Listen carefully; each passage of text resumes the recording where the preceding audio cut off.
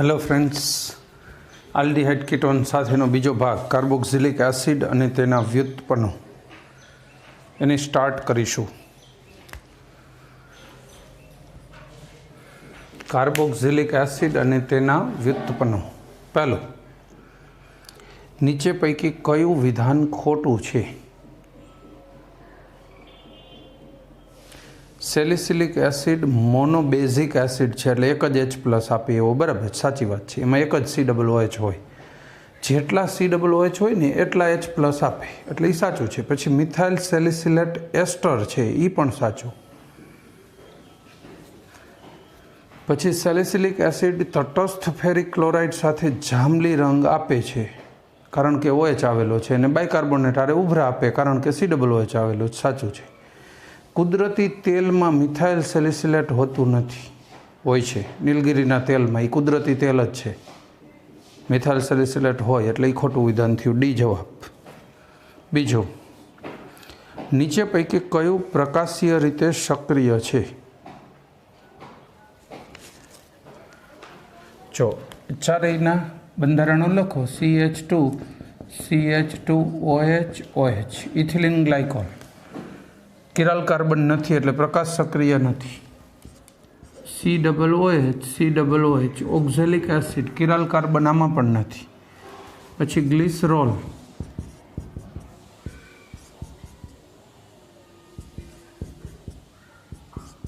आमा पण किराल कार्बन नहीं कारण के आ वच्चेना कार्बन साथे आ ने आ ग्रुप सरखुं थई गयुं એટલે किरालिटी तो आवी ज नहीं। अने चौथुं छे टार्टरिक एसिड।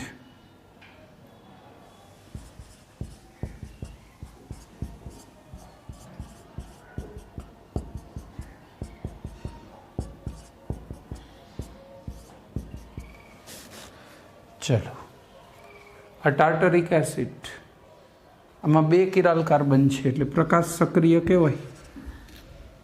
जो कि आने समघटको होय ने बे एक OH एक साइड आव्या, बीजું समघटकमां बे सामसामे एक OH अहींया होय ने आनुं OH आ बाजू होय एवुं आवे।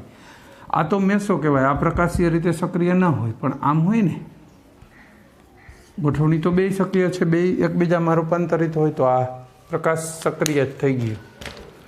टार्टरिक एसिड जवाब। चलो पछी त्रीजું,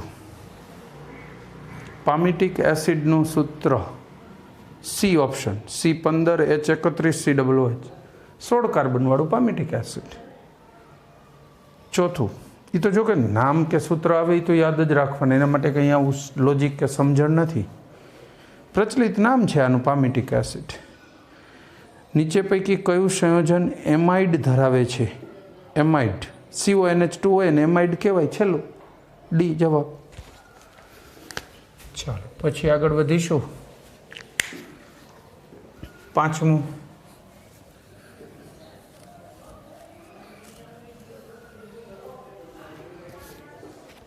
Cl CH2 CH2 COOH बंधारण धरावता संयोजनનું नाम नीचे पैकी शुं छे?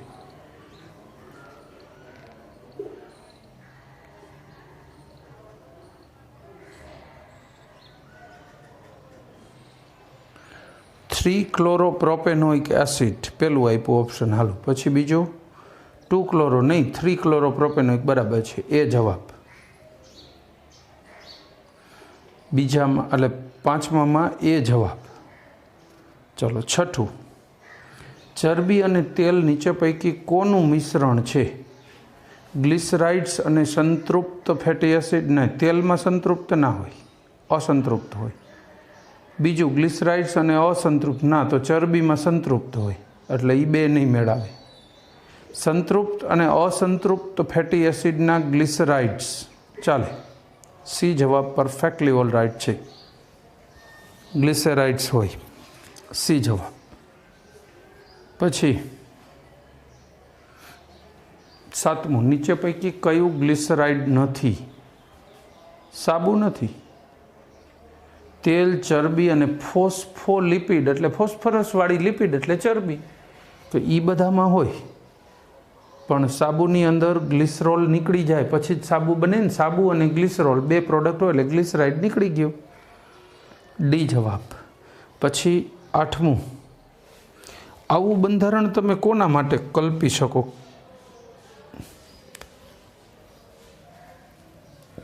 RCO twice NH. RCO NH CO R એટલે N છે એ કેટલા કાર્બન હારે જોડાણો? 1 ને 2, દ્વિતીયક એમાઇડ. સી જવાબ, દ્વિતીયક એમાઇડ. ક્લિયર? આગળ વધીશું.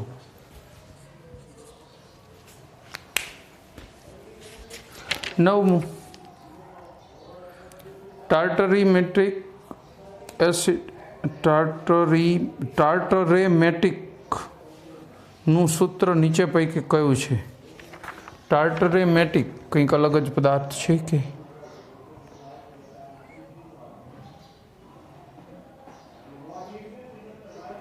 હા, ટાર્ટરેમેટિક સાચી વાત છે. સી જવાબ. એ શું છે? આમ આવું છે જો, COOH CHOH આવે ને,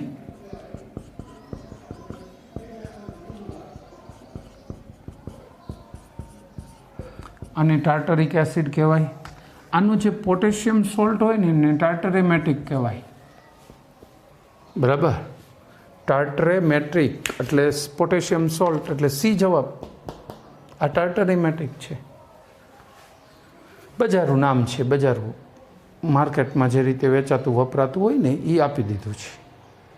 ચલો 10મું, નીચે પૈકી કયું સંયોજન નીલગિરીના તેલ તરીકે ઓળખાય છે?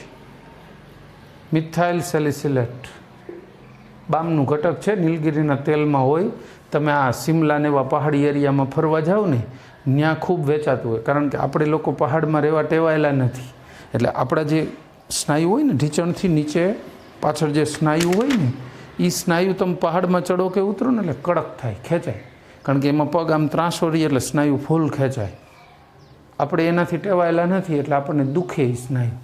એ દુખાવો ઘટાડવા માટે એ લોકો નીલગિરીનું તેલ વેચે. બામનું ઘટક જ છે મિથાઇલ સેલિસિલેટ એની અંદર, પણ એના કારણે દુખાવામાં ઘણી મોટી રાહત મળે. પછી આપણા જેવા ગયા હોય ને તો ભેગી 2 સીસીઓ ચાલતા આવે. શેના માટે? અહીંયા આવ્યા પછી પાછું કંઈક બીજું ત્રીજું દુખે ત્યાં તરત નહીં, પણ આમ વસ્તુ એના માટે. પણ એ નીલગિરીનું તેલ. ચલો, એ મિથાઇલ સેલિસિલેટ, ડી જવાબ. બરાબર? ત્યાર પછી 11મો પ્રશ્ન, કાર્બોક્સિલિક એસિડના નીચે પૈકી કયા બંધારણ દ્વારા એસિડિક ગુણધર્મ સમજાવી શકાય છે? કયું બંધારણ એનો એસિડિક ગુણધર્મ રજૂ કરે છે? પહેલું જ બંધારણ. જો ત્રીજું તો છે જ નહીં કાર્બોક્સિલિકનું, બીજું નથી, એમાં OH હોય છે. પહેલું જવાબ COOH. એમાંથી H ને મુક્ત કરી શકે છે. એ જવાબ. પેલું એક જ સાચું બંધારણ છે ટૂંકમાં. ચલો આગળ વાત કરીશું.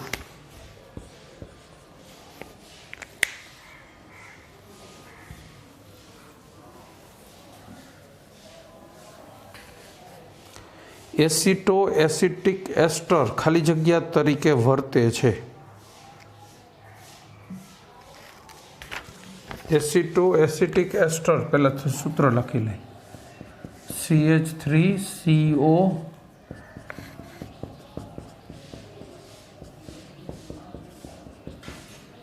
આ એસિટો એસિટિક એસ્ટર છે. આ કયા તરીકે વર્તી શકે? એક તો આમાં કીટોઇનોલ ટોઇટોમેરિઝમ તો થવાનું ને, આ H જશે, કા બાજુથી જશે, પણ H જઈને ટોઇટોમેરિઝમ તો થશે જ. આમાં બેમાં વધુ સક્રિય કયો હોય? આ હોય. આપણે એનું લખીએ, કારણ કે 2 CO ની વચ્ચેનો CH2 હોય વધુમાં વધુ સક્રિય હોય. તો CH3COH double bond CH CO O C2H5. આ કીટોઇનોલ ટોઇટોમેરિઝમ છે, ચલરૂપકતા. ખેર, હવે ઓપ્શન વિચારો. અસંતૃપ્ત હાઇડ્રોક્સી સંયોજનો છે. અસંતૃપ્ત હાઇડ્રોક્સી સંયોજનો છે. દ્વિબંધ કે ત્રિબંધ હોય ને, એ અસંતૃપ્તતા દર્શાવે. પછી બીજું શું છે? કીટોન સંયોજનો. હા છે ને, આર યુ કીટોનિક? બે સ્વરૂપ એટ એ ટાઈમ અસ્તિત્વ ધરાવે છે એટલે બેયની હાજરી નોંધાય એટલે જવાબ આવશે બંને. સી જવાબ. સી જવાબ. ક્લિયર? નેક્સ્ટ 13મું. RCO ટ્વાઇસ O સામાન્ય સૂત્ર નીચે પૈકી કયા સંયોજન માટે છે?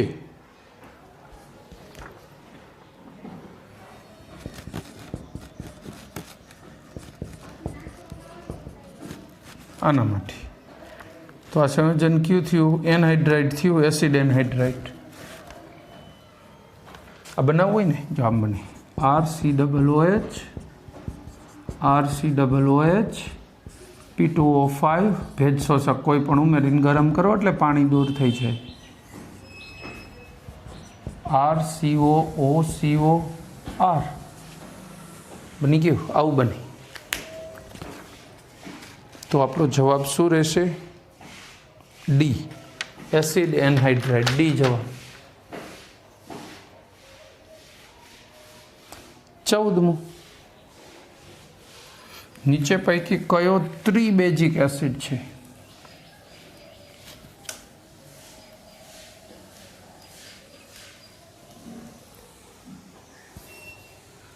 ત્રિબેઝિક એસિડ જો ઓક્ઝેલિક, ટાર્ટરિક, લેક્ટિક અને સાઇટ્રિક બધાના બંધારણ લખતા જવા પડશે. ઓક્ઝેલિક, ચાલો આ તો ત્રિબેઝિક નથી, 3COOH નથી. પછી ટાર્ટરિક એસિડ,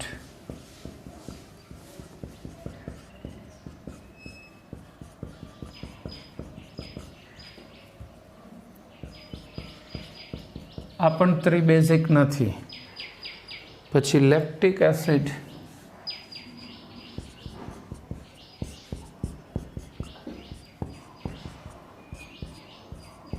આ પણ ત્રિબેઝિક નથી. મોનોબેઝિક છે, ડાયબેઝિક છે ને ડાયબેઝિક. અવૈધો જ એક જવાબ વગર કીધે બની જાય. ભલે એનું સૂત્ર ન આવડતું હોય અને છતાંય આવડતું હોય તો સારી વાત છે. હવે યાદ રાખજો, એમાં ક્યાં ચતુર્યો છે.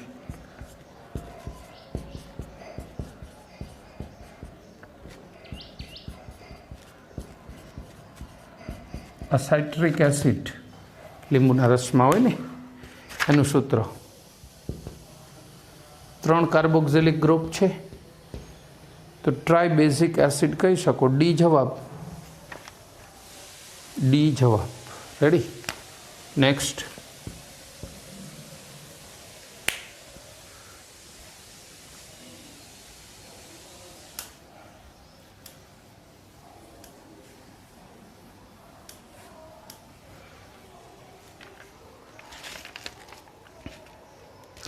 એમ્ફીફિલિક મોલેક્યુલ્સ એટલે એમ્ફીફિલિક અણુઓ નીચે પૈકી કોની સાથે સંબંધિત છે? ચલો કહી શકશો? એમ્ફીફિલિક, એમ્ફોટેરિક, ટૂંકમાં ધન અને ઋણ 2 આયનો ધરાવતા હશે. સોપ અને ડિટર્જન્ટ.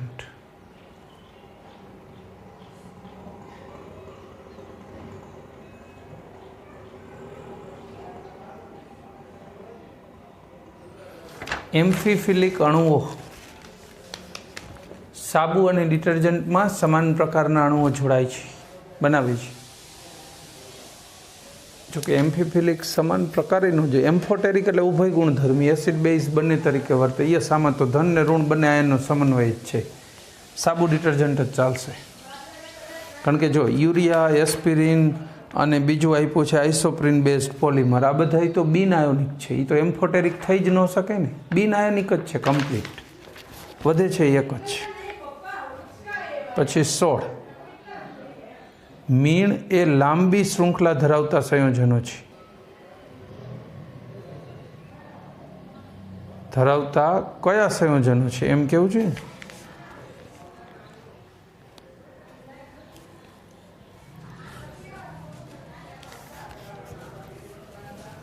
ચલો આપણો જવાબ શું રહેશે? સી, એસ્ટર. મીણ હોય ને એસ્ટર હોય. પછી 17.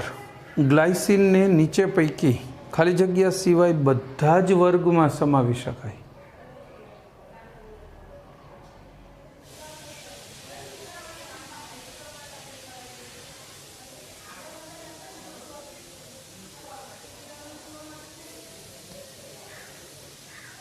બેઝ, એસિડ, જ્વિટર આયન અને પ્રકાશ સક્રિય એસિડ. પ્રકાશ સક્રિય એસિડ વર્ગમાં ન ચાલે. બાકી ગ્લાયસિન જો એસિડ, બેઝ, જ્વિટર શું કામ કહી છીએ? ગ્લાયસિનનું આ સૂત્ર COOH ને NH2 જૈવિક અણુઓમાં આવે ને ગ્લાયસિન, એનું આ સૂત્ર. એસિડ છે, બેઝ છે, જ્વિટર આયન છે, ધન ઋણ આયન એક સાથે, પણ પ્રકાશ સક્રિય એસિડમાં ન આવે. બરાબર, ડી જવાબ. ચલો પછી 18, ખાલી જગ્યા ફેટી એસિડ નથી.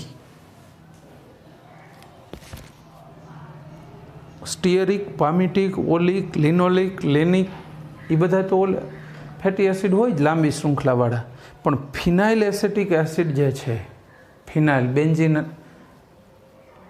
એટલે કે C6H5 CH2 COOH, અને ફિનાઇલ એસેટિક એસિડ કહેવાય. આ ફિનાઇલ ગ્રુપ CH2 COOH, ફિનાઇલ એસેટિક એસિડ. તો આ ફેટી એસિડ નથી.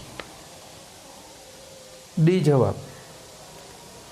પછી 19, શેરડીની શર્કરામાંથી વિનેગર બનાવવામાં આવે છે કે જે ખાલી જગ્યા ધરાવે છે. Acetic acid. વિનેગરમાં 10% જેવો એસિટિક એસિડ. પછી તો થોડો ઘણો વધઘટ હોય, 8 થી 10% જેવો ગણીને ચાલો.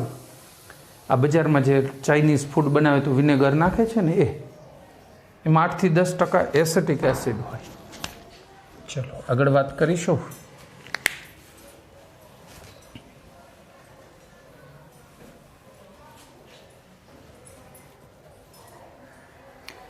વીસમો પ્રશ્ન.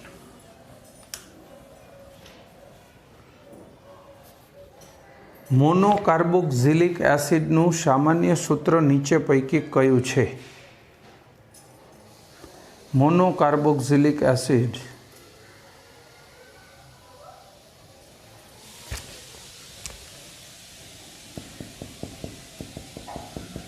સાવ એક કાર્બન વાળું ન લખાય, ફોર્મ્યુલા ન બની. હવે આપણે ફોર્મ્યુલાની શું થઈ શકે? CN છેડે COOH તો ગણીને જ ચાલીએ છીએ, એટલે આને તો લક્ષમાં જ નથી લેતા. તો આ 3 કાર્બન અને હાઇડ્રોજન કેટલા? 3 ને 2 5 ને 2 7 H2N+1 એટલે 7 થઈ ગયા ને. 3 કાર્બન ને 7 આવી થાય ફોર્મ્યુલા. હવે ચેક કરી લો. બી જવાબ, બી. અને જો તમે આને બીજી રીતે લખવા માંગતા હોય, અહીંયા છેડે O2 તરીકે, તો કાર્બન આમાં લેવા પડે ને બધાય. 4 કાર્બન, હાઇડ્રોજન કેટલા થયા? 3 ને 2 5 ને 2 7 ને 1 8 H2NO2. તો આવું થાય. આ બે ફોર્મ્યુલા આની જ છે. બે ચેક કરો, બે એને જ રિપ્રેઝન્ટ કરે છે. મતલબ બી અને ડી બંને જવાબ છે, કોઈ પણ એક લખો. રેડી. 21, એસિટેમાઇડમાં કેટલા ઓક્સિજનના પરમાણુઓ આવેલા? એક જ હોય ને. એસિટેમાઇડ એટલે CH3CONH2. આમાં તો એક જ ઓક્સિજન હોય. આ એમાઇડ હોય ને, મરેલા પ્રાણીઓ જેવી વાસ ધરાવતો. એસિટેમાઇડ મરેલા ઉંદર જેવી વાસ ધરાવે. કારણ કે ઉંદર મરે ને એટલે એના શરીરના જે બેક્ટેરિયા છે ને, એના પ્રોટીનનું વિઘટન આવા એસિટેમાઇડમાં જ કરે. એટલે જે ઉંદર મરેને વાસ આવે એ વાસ્તવમાં એસિટેમાઇડની જ વાસ છે. કારણ કે બેક્ટેરિયા દ્વારા બહેનો છે, કુદરતી રીતે બનેલો છે. ને આ સિન્થેટિક લેબમાં છે. વાસ તો બે પદાર્થ તો એક જ છે, વાસ સરખી જ હોય.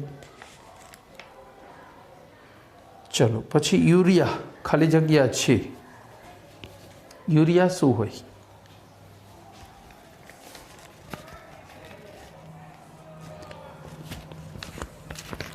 યુરિયા એટલે NH2CONH2.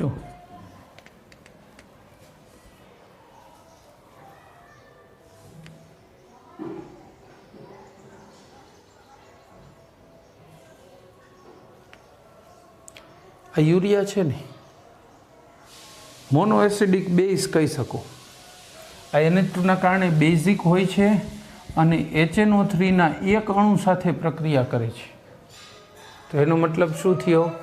મોનો એસિડિક બેઝ કહેવાય. પોતે બેઝિક હોય એટલે એસિડ હારે પ્રક્રિયા કરે છે, એટલે બેઝ છે. એસિડના એક અણુ સાથે પ્રક્રિયા થાય છે, એટલે મોનો એસિડિક બેઝ. બરાબર. તો 22માનો જવાબ શું રહેશે? મોનો એસિડિક બેઝ, બરાબર છે।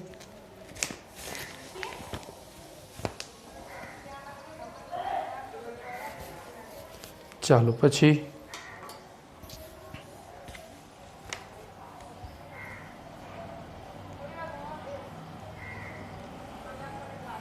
23 ચરબી અને તેલ શું હોય છે? એસ્ટર। ચરબી ને તેલ એસ્ટર જ હોય। આપણે સાબુ બનાવી તો ગ્લિસરોલ અને એસિડ છૂટો પડે છે ને, તો ફેટી એસિડ અને ગ્લિસરોલના ટ્રાય એસ્ટર જ હોય, ચરબી ને ફેટ, એટલે એસ્ટર, સી જવાબ।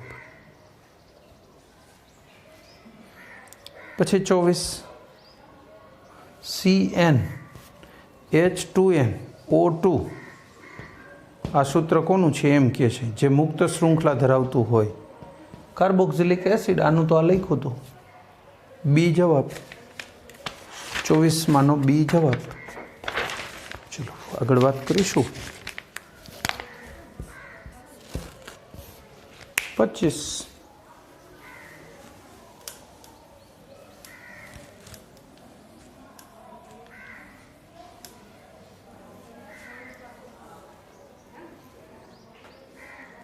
HCOCl ને ખાલી જગ્યા કહે છે ફોર્માઇલ ક્લોરાઇડ।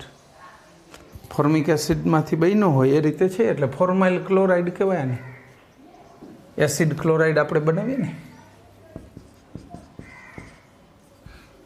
જો CH3COOH SOCl2 CH3COCl અને એસિટાઇલ ક્લોરાઇડ કહેવાય।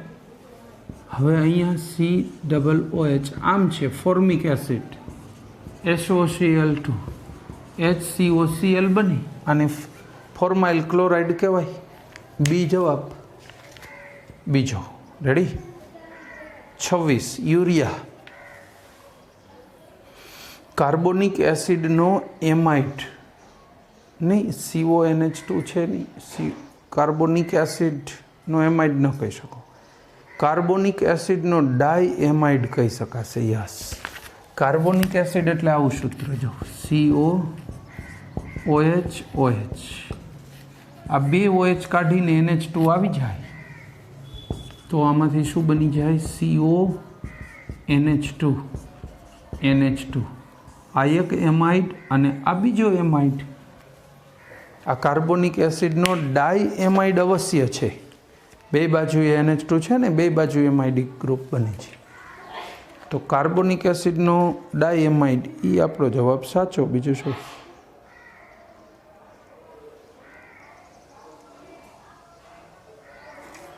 ચલો નેક્સ્ટ। આનો જવાબ આપણે કયો લીધો? બી જવાબ લીધો, બરાબર।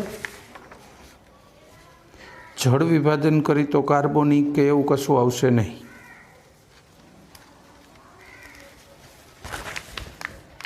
ચલો નેક્સ્ટ 27 નીચે પૈકી કયો એસિડ થેલિક એસિડ સાથે સમઘટકતા દર્શાવે છે?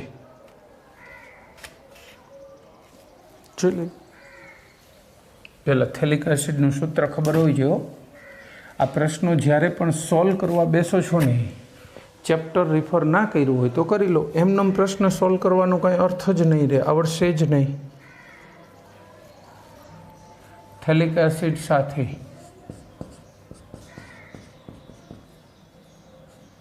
આ થેલિક એસિડ, હાલો આની હારે સમઘટકતા ધરાવતો હોય એવો,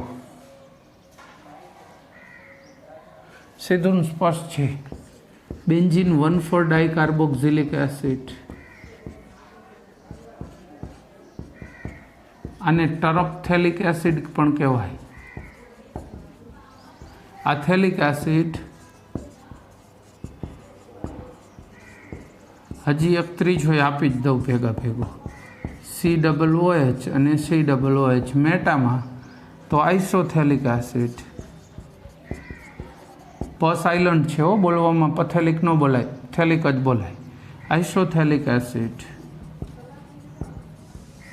ચલો થેલિક, આઇસોથેલિક ને ટરફથેલિક, એટલે આપણો જવાબ છે સી। આ 1,4 બેન્ઝીન ડાયકાર્બોક્સિલિક એટલે ટરફથેલિક, એની જ વાત કરે છે। એ તો પછી ઓપ્શન જોવો ત્યાં પકડી પાડવું જોઈએ।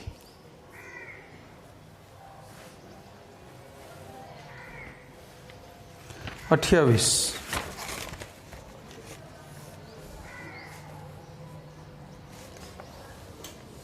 चलो एमां शुं कहीशुं?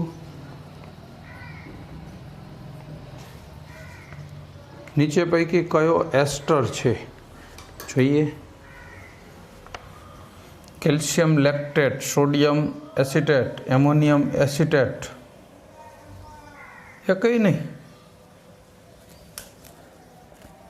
एस्टर तो क्यारे बने? आम एस्टर होय भाई, RCOO अहींया अल्काइल ग्रुप जो होय तो एस्टर कहेवाय। आम होय ने RCOONA तो आने एस्टर न कहेवाय, आने एसिटेट कहेवाय। बराबर। एटले आमां एकेय एस्टर नथी। डी जवाब, एक पण नहीं। धातुना एसिड साथेना क्षार छे एने एस्टर न कहेवाय। चलो पछी 29। फैटी एसिडना सोडियम अथवा पोटेशियम क्षार ने साबु कहेवाय। ए जवाब। આપણે એનું ચેપ્ટર ભણી ગયા હોય એટલે સીધી જ ખબર હોય, એમાં કાંઈ લાંબુ ખેંચવાની જરૂર નથી. ચલો ફોર્મેમાઇટ, એના માટે શું કહીશું? ચલો ત્યાર પછી આગળ વાત કરીશું ને. 30મો પ્રશ્ન ફોર્મેમાઇટ. ખાલી જગ્યા છે. ફોર્મેમાઇટ એ HCONH2 ફોર્મેમાઇડ. એમાઇડ કીધું ને, એક કાર્બન વાળું, એટલે એ જવાબ. પછી 31 ઓલિક એસિડ અને પામિટિક એસિડ, આ બે શું છે? Fatty acid. ફેટ ચરબીની અંદર જોવા મળે એટલે ફેટી એસિડ. નીચે પૈકી કોને ઇથેનોઇક એસિડ કહેવાય છે? બીજું ઇથેનોઇક એસિડ, 2 કાર્બન વાળો. પછી 33 વિનેગાર અથવા વિનેગર, ખાલી જગ્યા છે. ચલો વિનેગર શું છે? HCHO, HCOOH, CH3CHO અને એસિટિક એસિડ. છેલ્લું ડી, એસિટિક એસિડ. વિનેગરમાં આપણે કીધું હતું ને હમણાં જ, 8 થી 10% જેવો એસિટિક એસિડ હોય. ખરેખર ઇથાઇલ આલ્કોહોલ હોય ને, ઇથાઇલ આલ્કોહોલ, એનું હજી ફર્મેન્ટેશન કરો ને આથવણ, એટલે વિનેગર બની જાય. વિનેગર બનાવવા માટે આપણે શુગરનું આથવણ કરીને જે આલ્કોહોલ બનાવ્યું હોય એનું ફર્ધર આથવણ કરો એટલે વિનેગર બની જાય. ચલો 34 નીચે પૈકી કયું સંયોજન COOH સમૂહ ધરાવતું નથી? બધાના બંધારણ લખતા જાઓ, ખ્યાલ આવી જશે. એમાં શું, બધા એસિડ જ છે પણ એકાદામાં COOH નહીં હોય. ચાલો પહેલું એસ્પિરિન, COOH OCOCH3, આ એસ્પિરિન છે, આમાં COOH છે. હાલો બીજું કયું છે? બેન્ઝોઇક એસિડ, COOH છે. પછી ત્રીજું પિક્રિક એસિડ,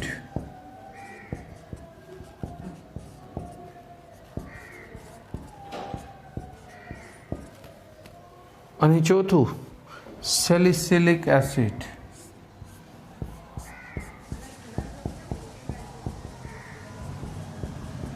સેલિસિલિક એસિડ આમાં નથી COOH, જો પિક્રિક એસિડમાં.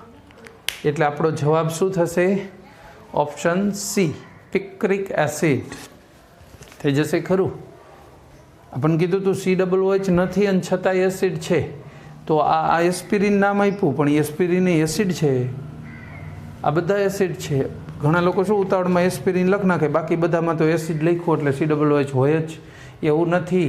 બેન્ઝીન સલ્ફોનિક એસિડ લખે તો એમાં ક્યાં COOH છે? એટલે તમારે એવું હોય ને ત્યારે ઓપ્શન જે કાંઈ હોય એના સૂત્રો લખવાના. મેં કેટલી વાર રિપીટ કરી દીધું કે ઓર્ગેનિકમાં હંમેશા પ્રશ્નમાં આવું કંઈ સૂત્રોને એવું હોય ને લખવાનું ચાલુ કરો. ઓર્ગેનિક લખવાની વસ્તુ છે. MCQ સોલ્વ કરવા માટે પેન હાથમાં રાખી, પેપર રાખીને કામ ચાલુ કરતો, પછી જવાબ લખો, ઉતાવળ ન કરો. જે છોકરાઓના 1, 2 કે 3 MCQ જ ખોટા પડ્યા હોય છે કેમિસ્ટ્રીમાં, એ ઓર્ગેનિકના જ હોય છે. અને અઘરા ખોટા પડે તો અફસોસ નહીં થાય, બરાબર, જતા રહ્યા પછી એ વાંધો નથી, પણ સહેલા હોય ને ખોટા પડે ખરાબ લાગશે. સારું, ચલો.